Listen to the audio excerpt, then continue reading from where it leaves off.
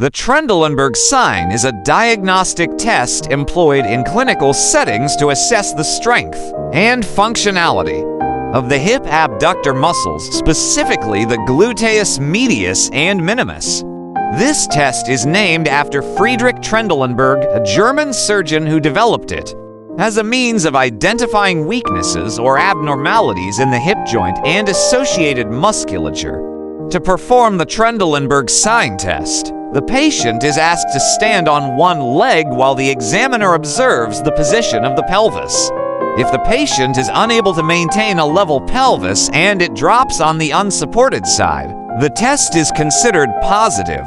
In other words, if the right leg is lifted and the right hip drops, or if the left leg is lifted and the left hip drops, it indicates potential weakness or dysfunction in the hip abductor muscles on the side opposite to the lifted leg. A positive Trendelenburg sign can be indicative of various underlying conditions affecting the hip joint or the muscles involved in hip stability. One common cause is weakness in the hip abductor muscles, which can result from factors such as muscle atrophy, injury, or nerve damage. Damage to the superior gluteal nerve, which innervates these muscles, can also lead to a positive Trendelenburg sign. One notable condition associated with a positive Trendelenburg sign is hip dysplasia, a developmental disorder where the hip joint doesn't form properly. In such cases, the abnormal hip joint mechanics can contribute to weakness in the abductor muscles. Additionally, conditions like osteoarthritis or hip joint surgery can affect hip stability, potentially leading to a positive Trendelenburg sign. Treatment strategies for a positive Trendelenburg sign are tailored to address the underlying cause.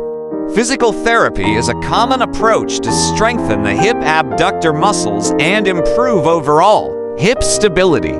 Targeted exercises, gait training, and balance exercises may be prescribed to address muscle weaknesses and restore normal function. In certain cases, surgical interventions may be considered, especially if the underlying cause involves structural abnormalities or severe damage to the hip joint. Surgical options may include procedures to correct hip dysplasia, joint reconstruction, or nerve repair, depending on the specific diagnosis.